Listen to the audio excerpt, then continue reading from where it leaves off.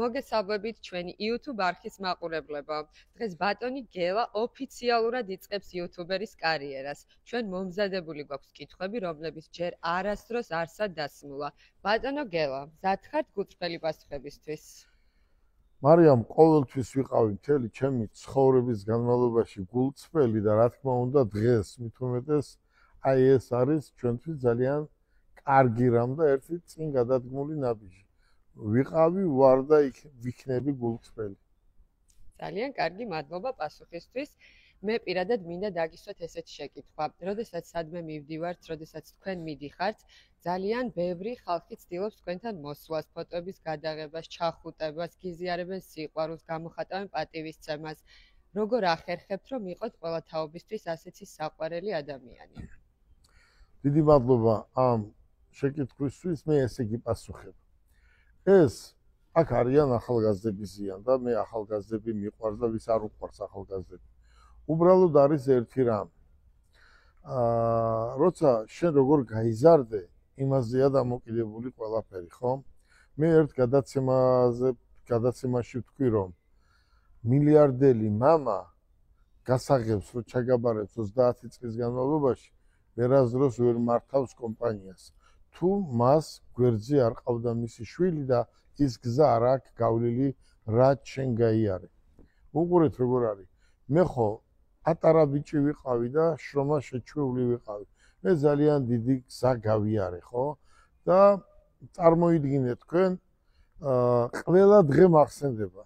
მახსენდება ის დღე, რომ თქვათ მქონდა, მახსენდება ის დღე, რომ არ მქონდა. და წარმოიდგინეთ, საერთოდ აი ბიბლიაში წერია, რომ რაც შესაძლებლობა გააქვს, აუცილებლად უნდა დაეხმარო მარტო ახალგაზრდებს კი არა. თუ გინდა რომ ღმერთმა მოგცეს, მაშინ უნდა გასცე. ეს არავის არ უნდა უმტკიცო შენ, ან არავისგან არ უნდა ელოდებოდე შენ უკან, რომ აი მე გეცი პატივი, ხო? და მე უკან არასდროს არ ველოდები მაგიერს. მაგრამ როგორ არის ისი პატარაობიდან ესე ვიყავი დღემდე. იმაზე მეტი მაგ გაკეთებული რაც დღეს ჩანს. მაგრამ ამას არსად არასდროს არ ვამბობდი. უბრალოდ ხო იცი, ასაკი გემატება, მერე გული წყდება ბევრ რაღაცაზე და მინდა რომ ყველა კარგად იყოს და რა თქმა უნდა ახალგაზრდებს უნდა მოეფერო მაქსიმუმ და თავი უნდა შეაყვარო, ხო? ადამიანი ერთჯერ ცხოვრობს, ხო? და ახლა ეს რამ გამოიწვია, ხო? ეს იმან გამოიწვია, რომ იქ სადაც ვიყავი, იქიდან მათეს ვთხოვდი, რომ აბა ჩადი, აბა ქენი, აბა აჩუქე, აბა რაღაცა და ბევრი რაღაცა გააკეთა თვითონ მათემაც, ხო?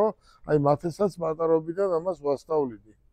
დღესაც ვასწავლი და ზუსტად იმ გზას გადის მათე, რა გზას მე გავიარე, რა თქმა უნდა ის გზა ძალიან რთული იყო. იმას არ გადის, მაგრამ მაინც შედარებით გადის. პირველი არის მთავარი, რომ ადამიანს თავი შეაყვარო. ახლა რაც არ უნდა შეიცვალა მთლიანად სამყარო, რაც არ უნდა ადამიანს თავი შეაყვარო, მაინც გეტყვიან, რომ ალბათ შენ გჭირდებოდა. ახლა მე რაში მჭირდება, მაგალითს ვამბობ, ის ადამიანი, ვისაც ჩვენ ვეხმარებით, ხო? მაგრამ მჭირდება ის ხალხი. ზუსტად მჭირდება და ზუსტად მინდა იმ ადამიანებს უთხრა. მე ის ადამიანების ინვალიდის, ეტლია, მანქანა, საჩუქარია, ნებისმიერი რამე, რასაც ჩვენ უკეთებთ ადამიანებს, ეს აუცილებელია უნდა გავაკეთოთ და მე რა მერგება, ხო? მე ის მერგება, რომ ღმერთი მაძლევს. მაგათ რომ ვეხმარები, მე ღმერთი მაძლევს. მე რომ ყველაფერი, რასაც ვშოვლობ, ყველაფერი გადავინახო, ამდენს ვერ ვიშოვე, ამას ვერ გავაკეთებ, ღმერთი არ მომცემს. ესეთი გამონათქვამი არსებობს, რომ თუ იშოვი 1000 ლარს, 300 ლარი აი ამ ხალხზე უნდა დახარჯო და მთელი ჩემი ცხოვრება ესე მიკეთებია. დიდი მადლობა. დიდი მადლობა ესეთი პასუხისთვის. შემდეგი ჩვენი კითხვა მოამზადა ჩვენმა გაყიდვების მენეჯერმა ბატონმა დავითმა. მადლობა მარიამ, მოგესალმებით ყველას. ბატონო გელა, მე მაქვს თქვენთან ასეთი შეკითხვა. მე ადრე გკითხეთ ეს ალბათ გახსოვთ და მინდა რომ თქვენი აზრი გაუზიაროთ ჩვენს აუდიტორიასაც. მანქანებში უკეთესად ერკვევით თუ ადამიანებში? ეს ძალიან რთული კითხვა. ეს არ არის მარტივი კითხვა. უყური როგორ არის დათო ადამიანს დედამიწის ზურგზე ვერავინ ვერ ამოიცნობს. ეს ტყუილია. ვინმე მართქვას რომ მე რაღაცა სკოლა მაქვს გავლილი. თუ ვინმეს აქვს სკოლა გავლილი, მე მაქვს ესეთი სკოლა გავლილი, ჯერ ადამიანები საქართველოში 1% არ იცის მე რა გზა მაქვს გავლილი და რა სკოლა მაქვს დამთავრებული, თქვათ. მაგრამ ადამიანის ამოცნობა ძალიან რთულია და ძალიან ძნელია. გულში ადამიანს რა აქვს 100% ამას ვერავინ ვერ ამოიცნობს. მით უმეტეს ახლა ხო ხედავ ერთს გეუნება მეორეს აკეთებს. კბირდება და ტყუილია. ტყუილია, მაგრამ აი ეს ტყუილები უნდა დავივიწყოთ. თქვა და უნდა გადავიდეთ სიმართლეზე. მე დრო მოვიდა რაღაცნაირად. ადრე სულ სხვა დრო იყო. ადრე არ იყო ამდენი საჭირო რომ კაცის ამოცნობა. არა, კაცი ჩვეულებრივად ცხოვრობდა, ჩვეულებრივად მუშაობდა და უფრო მეტი სინდისი იყო, ნამუსი იყო, ღირსება იყო. ახლა რას დავაბრალოთ ეს ყველაფერი? ეს ყველაფერი მაინც მე ვფიქრობ, რომ მაინც ეს უფრო წინ წავედით რა, უფრო განვითარდა ქვეყანა და რაც მეტი განვითარდა, მეტი ტყუილის თქმა ისწავლა თვითონ ხალხმა. რაც შეიძლება ავტომობილს მთელი ჩემი ცხოვრება ავტომობილს დაუკავშირე და ავტომობილი მე რო ვიცი ისე საქართველოში შეიძლება ორმა ადამიანმა არ იცოდეს. ის ახლა ვიღაცები ამბობენ მე ესეთი ვარ, მე ისეთი ვარ. მე ვიცი რეალურად რა არის ავტომობილი და ბიზნესიც ვიცი რეალურად რა არის ბიზნესი. დიდი მადლობა. მოკლედ ესე გეტყვი. ადამიანის ამოცნობა ძალიან რთულია დღეს. მე რო ადამიანის ამოცნობა გამიჭირდება, წარმოიდგინე შენ. და ავტომობილი უფრო მარტივია ჩემთვის. დიდი მადლობა ამ შეკითხვის. ბატონო გელა, შემდეგი კითხვა მოგიმზადა ჩვენი გაყიდვების მენეჯერმა გიორგიმ. გამარჯობათ, მოგესალმებით. ბატონო გელა, მოვისმინეთ თქვენი ლაპარაკი და მინდა ასეთი შეკითხვა დაგისვათ. თქვენ ძალიან ბევრ ადამიანს ეხმარებით, სხვა ადამიანები თუ გეხმარებიან თქვენ? მადლობა. უყურეთ როგორ არის. ზუსტად ესე გეტყვი, პასუხს ზუსტად ესე გაგცემ. მე ვისაც ვეხმარები, ისინი მე ყველა მეხმარება. მე ვისაც დავხმარებულ ვარ, მთელი ჩემი ცხოვრების განმავლობაში დაახლოებით 90%-ს ერთი 350 ძვირად ღირებული ოპერაცია მაქვს გიო გაკეთებული, მაგრამ მე თვალით შეიძლება ერთი მენახოს ან ორი. ჩათვალეთ 90% მე ვისაც ვეხმარები, ნანახი არ მაქვს, მაგრამ ისინი ყველა ერთად მე მლოცავენ. და ეს ლოცვის შედეგია ეს ყველაფერი, რომ მე კი არ მიმართლებს, ის უნდა გააკეთოს ზუსტად რაც არის. დაეხმარები, ისინი შენ ყველანი გეხმარებიან. ის ადამიანები, ვისაც შენ ეხმარები, ჩათვალე, როცა ესენი ეკლესიაში მიდიან, ყველანი ერთ სანთელს შენ სახელზე მაინც დაანთებენ და ეს არის ძალიან დიდი სტიმული, ძალიან დიდი დახმარება და ძალიან დიდი მოტივი. დიდი მადლობა. მადლობა. შემდეგი კითხვის ავტორი გახლავთ კახა. გელა, რა არის საქართველო და ქართველობა ზოგადად თქვენთვის? უყურეთ ახლა როგორ არის კახა. საქართველო იყო, არის და იქნება. საქართველო გელა ბარკალაიასთვისაც, კახასთვისაც, თქვენთვისაც ყველაფრის ერთნაირია. ერთნაირად გვიყვარს. ჩვენ საქართველოს გულისთვის საქართველოზე და უყურე როგორ არის. საქართველოზე ვინმე რო შეგვიგინოს, ხო? თავ შევაკლავთ, სადაც არ უნდა ვიყოთ.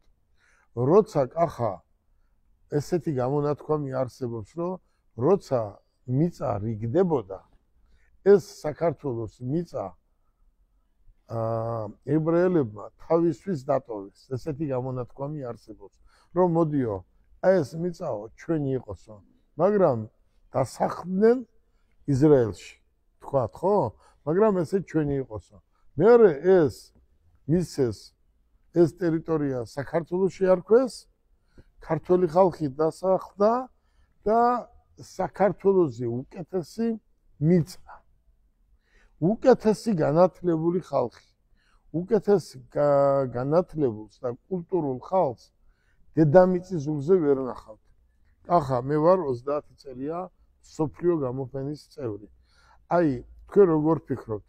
არის ორი ადამიანი არ არის იმდენი ნასიარულები მთელი სოფლიოს კრუგი მაქვს დარტყმული რამდენჯერ, ხო? მე კარგად ვიცი მთელი სოფლიო, ხო ვთქვათ, მაგრამ სადაც არ უნდა მიხვიდე და რო იტყვი ქართველი ვარო, სულ სხვა ადამიანი ხარ შენ ქართველი, ამაყი ხარ და ყოველთვის ყველაზე მაღლად გახარ. შეიძლება ქვეყანა იყოს, აი არ მინდა ახლა სახელი თქვა, არის 1, 2, 10, 100 ქვეყანა, საქართველოს ფასი შეიძლება კუნძული კონდეს. ერთი კუნძული კონდეს, მაგრამ შენ ქართველი როცა იქ ჩადიხარ, შენ ყოველთვის ასჩევ რომ მაღლად გახარ. ჩვენი ადათით, წესით, კულტურით, წარსულით და ყველაფრით. საქართველო გელაბანკალაიასთვის არის დედა, მამა, წყალი და ჰაერი და ყველაფერი. დიდი მადლობა. მადლობა. შემდეგი კითხვის ავტორი გახლავთ ზვიადი. ახალგაზრდები ტოვებენ საქართველოს. ეს ძალიან ზვიადი, ძალიან რთული კითხვაა. თუ ვინმეს აწუხებს, ეს მე მაწუხებს, იმიტომ რომ თქვენ წარმოიდგინეთ ახლა მე მინდა მთელ საქართველოს მოსახლეობას უთხრა. ახალგაზრდა, რომელიც ევროპაში წავა, უკან არც ერთი არ ბრუნდება, ისე ჩვენ რომ გვინდა. გასაგებია, ევროპაში განათლება მიღებული ძალიან კარგია, მაგრამ ჟიული შარტავას და იმ გმირებს არ მიუღიათ ევროპაში თქვათ განათლება, მაგრამ ქვეყანას მართავდნენ, ხო? ამიტომ ვამბობ, რომ გასაგებია ევროპაში განათლება კარგია მიიღო, მაგრამ იქაური განათლება მიღებული შენს ქვეყანას უნდა მოახმარო. მე ძალიან წყდება გული, რომ ახალგაზრდები მიდიან და მერე იქ რჩებიან. მე არ ვიცი ახლა ზოგი იმას ამბობს, ზოგი ამას ამბობს. მე ყველაფერს ვაკეთებ, რომ მე რომ მქონდეს საშუალება, უფრო მეტი საშუალება მქონდეს, მეტ ადამიანს დავასაქმებდი და არაფრით საზღვარგარეთ არ გავუშვებდი. მე ვიცი, აზიაც რა არის, ამერიკაც რა არის და ევროპაც რა არის. ამერიკაში ადამიანი, რომელიც წავა ახალგაზრდა, უკან სურვილი არ აქვს დაბრუნების. არის ევროპაში რო წავა ახალგაზრდა, სურვილი უკან დაბრუნების არ აქვს. ახლა რატომ შეკითხვა დაისმება, რატომ? იმიტომ რომ ევროპაში ორშაბათს რო გეტყვიან, ორშაბათია, სამშაბათს რო გეტყვიან, სამშაბათია, ხელფასი არის 6 საათზე, 6 საათზეა და არის კანონით მოქმედებენ, ერთი წუთი არც გამუშავებენ, არც დაგატოვებიებენ სამსახურს. ევროპაში უფრო ღირსეულად გრძნობენ ახალგაზრდები თავს და აქაც თქვენ როგორ ფიქრობთ, არ უნდათ საქართველოში რო იყვნენ? თქვათ და დაბრუნდნენ, მაგრამ აქ ხო რეკავენ. აბა რა ხდება? აბა ხელფასები როგორ არის? აბა რა არის და როცა უკვე ხედავენ რომ სამსახური ძალიან ძნელი საშოვია, მერე უკან არ ბრუნდებიან. თქვენ წარმოიდგინეთ ახლა რამდენი ახალგაზრდა გოგონა გათხოვდა უცხოეთში, რამდენმა ბიჭმა მოიყვანა ცოლი და ეს არის მე რომელიც არ მომწონს და პირადად ჩემთვის მიუღებელია და მე მაქვს პროგრამა, მაგრამ ახლა ამის თქმის უფლებაც არ მაქვს, რომ ჩათვალე წელიწადში რომ ყველა უკან ჩამოვიდეს ისე რომ სახელმწიფომ ერთი თეთრი არ დახარჯოს. მარი კიდე გავიმეორებ, მე პირადად ტყუილა ხო არ დავდივარ ამ სოფლიოს კრუგს, ტყუილა ხო არ ვურთხავ. მე მაქვს პროგრამა წელიწადში ყველა ქართველი, ყველა მარტო ახალგაზრდები კი არა, ყველა ქართველი სირბილით მოდიოდეს იქნება საქართველოში ისეთი პროგრამაა, სახელმწიფო ერთ თეთრს არ დახარჯავს. აი სახელმწიფო ერთ თეთრს არ დახარჯავს და ყმაყოფილი იქნება მთელი საქართველოს მოსახლეობა, რომელიც წასულია, აქეთ მოდიოდეს იქნება დაჩქარებული წესით. დიდი მადლობა აი ამ შეკითხვისთვის და ყველას ვთხოვ, რომ რა ვიცი, ჩვენ რაც შეგვიძლია ვაკეთებთ და რა თქმა უნდა, სხვაებიც აკეთებენ და ასაქმებენ ამ ახალგაზრდებს, მაგრამ იცით თქვენ, რომ მაინც ევროპა ურჩევნიათ და რჩებიან. ხო, მაგრამ მე ხო ჩამოვედი. და ბევრი ადამიანია, ვისაც თქვენ ჩამოხვედით და ჩვენ ხვალ ზეგ ვანახებთ კიდევ რამდენი ჩამოვიყვანეთ ევროპიდან, უკვე 3-4 დღეში განახებთ იურიდიული სამსახური, როგორ დავაკომპლექტეთ და რამდენი გოგო ბიჭები ჩამოვიყვანეთ. კი ბატონო, ჩვენი მთავარი თემა. ბატონო გელა, ეხლა გადავიდეთ მნიშვნელოვან საკითხზე. მე შემოვინახე ბოლოსთვის ერთი შეკითხვა, რომელიც თქვენთვის ძალიან პრიორიტეტულია და ეს იციან ყველამ. ბიჭებმა, გოგოებმა და ყველა თანამშრომლმა, ყველა ადამიანმა, ვის თქვენ გიცნობთ. რა არის კაცობა? თუ შეიძლება რომ მე ვიცი და მოსმენილი მაქვს, მაგრამ მინდა რომ ყველამ გაიგოს. უყურეთ როგორ არის. დღეს თქვენ სადაც არ უნდა მიიხედოთ, ყველა კაცი ვარო იძახის. თქვენ ვერ ნახავთ ისეთ კაცს, მე არა კაცი ვარო რო თქვას. ყველა კაცია, რა თქმა უნდა, მაგრამ ვინც იძახის მე კაცი ვარო, ზუსტად ის არის არა კაცი. როცა შენ კაცი ხარ, ეს სხვამ უნდა თქვას, რომ შენ მაგარი კაცი ხარ, კარგი კაცი ხარ, საქმიანი კაცი ხარ და საქმის გამკეთებელი კაცი ხარ. აი ამ კაცობის ინსტიტუტი ნელ-ნელა საქართველოში ესე ქვევით ჩამოდის. ჩვენ ყველაფერი, ჩვენმა თაობამ მაინც ახალი თაობა გვერდზე უნდა დავიყვანოთ და ეს კაცობის ინსტიტუტი უნდა წამოვწიოთ. კაცობის ინსტიტუტი ბიჭებო და გოგოებო რა არის? სინდისი, ნამუსი, ღირსება, ქვეყანა გიყვარდეს, იმუშავე, კარგი ოჯახი შექმენი. პირველ რიგში ბიჭებო, ერთი რამ მინდა გითხრათ, რომ კაცობის ნომერ პირველი ელემენტი არის ის, რომ კარგი ქართული ოჯახის შექმნა. თუ კარგი ქართული ოჯახი არ აქვს შექმნილი, მერე ჩვენ ახლა დაждები იქ, სადაც ორღობეზე და დაიწყებ, ახლა მე ესეთი ბიჭი ვარ და 7 ლიტრი ღვინო დავლიე, წუხეთ, ეს არავის არ უნდა. კაცობა არის სინდისი, ნამუსი, ღირსება და როგორც კაცი უნდა გაფასებდნენ. და ამის არც დიპლომია და არსად არ წერია, რომ ეს კარგი კაცია ან ეს ცუდი კაცია. ეს ვისაც უნდა იძახის, მე კარგი კაცი ვარ და ცუდი კაცი ვარო, შენ ამას ვერსად ვერ გაიგებ მარ. მაგრამ თვითონ იცის ვინ არის კარგი და ვინ არის ცუდი და ყველა მინდა საქართველოში კარგი კაცი იყოს და კარგი ადამიანი იყოს.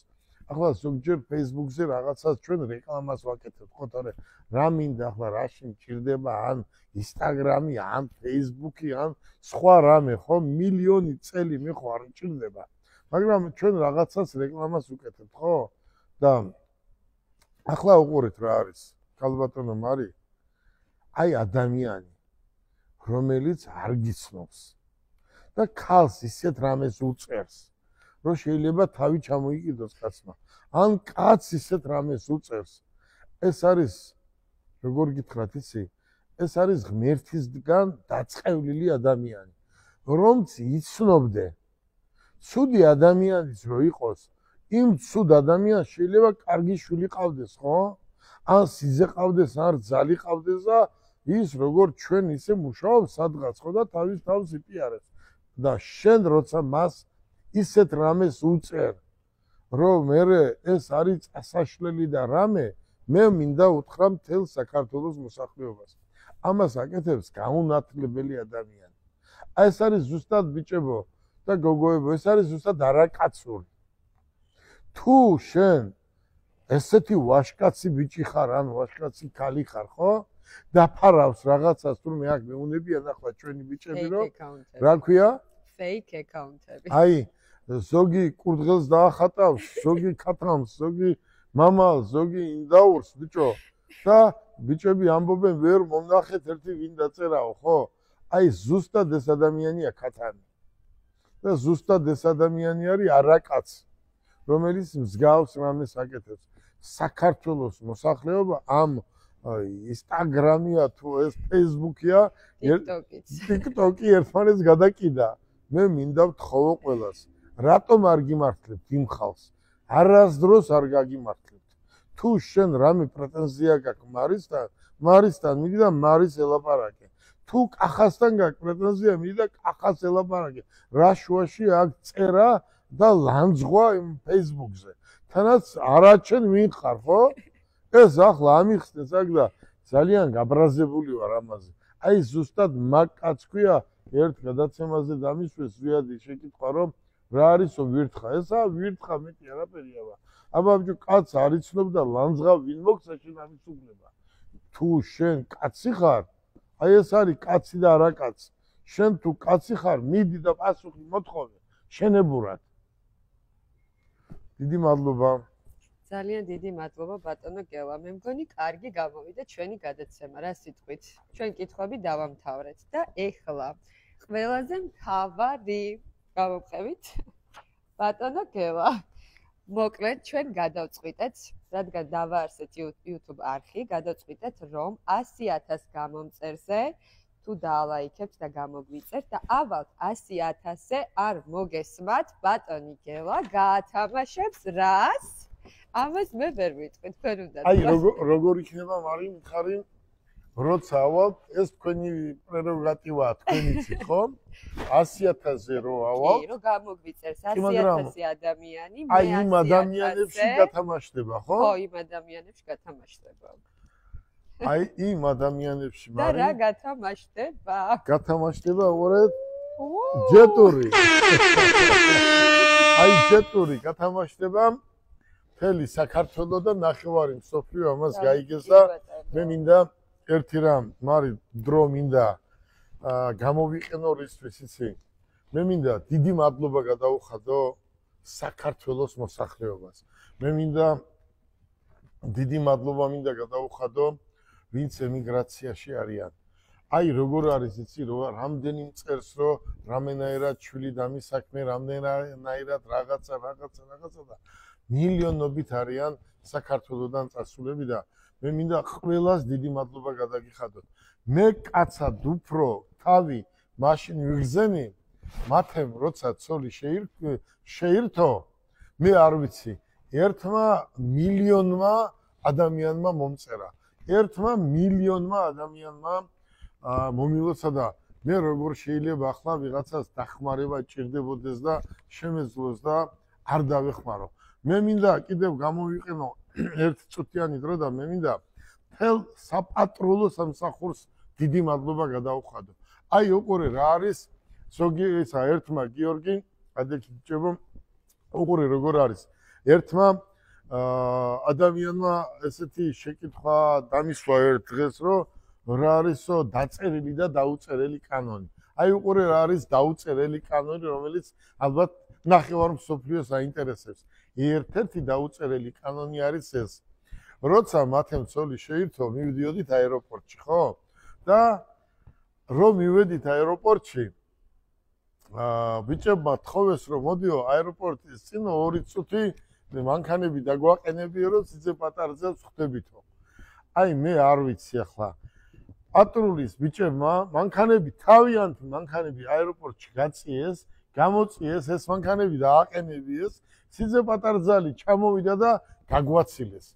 აქითაც გამოგვაცილეს რაღაცა და სულ ისა გულოცავდნენ და სულ მათეს ულოცავდნენ. მე მინდა იგივე მოხდა ბაკურიანში. ბაკურიანის პატრონს მინდა დიდი მადლობა გადაუხადო ბორჯომის, ბათუმის, ქუთაისის გუშინ ძალიან მაგრად მოგვიფერენ და თლიანად მთელი საქართველოს პატრულის ბიჭებს დიდი მადლობა მინდა გადაუხადო თავის ხელმძღვანელთან ერთად. რაც ეს არის დაუწერელი კანონი. ახლა რა დაარღვიეს, ხო? არაფერი არ დაარღვიეს, უბრალოდ ეს არის სინდისი, ნამუსი და ღირსება არის ეს. ღირსეული ადამიანები მუშაობენ და ახლა კაცმა ცოლი შეირთო და პრობლემას ხო არ შეგიქმნის. მიდი ცოტა მიიწია, ცოტა მოიწია და ყველა ერთად გაგვამხიარულა და აი ეს მათქმევია. ეს არის დაუწერელი კანონი. დღეს დღევანდელი დღისთვის დიდი მადლობა მინდა გადაგიხადოთ. ეს YouTube არხი თქვენ ნახავთ ჩვენ სტუდიას ძალიან მალე. ეს YouTube არხი დღეს შეიქმნა, იმიტომ რომ ეს საქმეს ჭირდება. დღეს პირველად GB TV აგერ GB TV მარი გაიკეთა, აგერ ბიჭებს ყველას აქვს გაკეთებული და დარწმუნებული ვარ, რომ ხვალ ზეგ როცა ქუთაისის ცენტრი გაიხსნება, ყველანი ერთად გავემგზავრებით და კიდევ მათე მოტორს ერთ წინ გადადგმულ ნაბის მოულოცა. მე პირადად დიდი მადლობა მინდა ქალბატონო მარი გადაგიხადო. აი ეს არის განათლება, ეს არის საქმის ცოდნა და ხო ხედავ ახალგაზრდებს ჩვენ როგორ ვასწავლით ამას. ბიჭებო, მე მინდა დიდი მადლობა გადაგიხადოთ და მე მინდა თქვენ გამზრდელ დედ მამას ყველაფრისთვის დიდი მადლობა გადაგიხადოთ და იცოდეთ რომ მე მზად ვარ ნებისმიერი ახალგაზრდისთვის რომ რაღაცნაირად მოვეფერო და ახლა დღეს მარის ვეუბნებოდი რომ გუშინ ქუთაისში დაგვესწია პატარა ბავშვები და რა გინდა ახლა უცებ ქუჩაში რომ ვაჩუქო ხო? აწიქე მაინც ემბლემა გვექნება და ემბლემას ვაჩუქებ და მე ემბლემასაც გავათამაშებ. აუცილებლად ყველაფერს ვათამაშებთ. აბა წარმატებები და დიდი მადლობა და კიდევ ერთჯერ მინდა მთელ საქართველოს მოსახლეობას დიდი მადლობა გადაუხადო აი ამ მოლოცვისთვის და აი ამ პატივცემისთვის, ამ ყურადღებისთვის და აი ამ უცხოეთში წასულ ჩვენს დევსა და ძმებს, ემიგრანტებს. გისურვებთ წარმატებას. წარმატებები გავაგიწერეთ.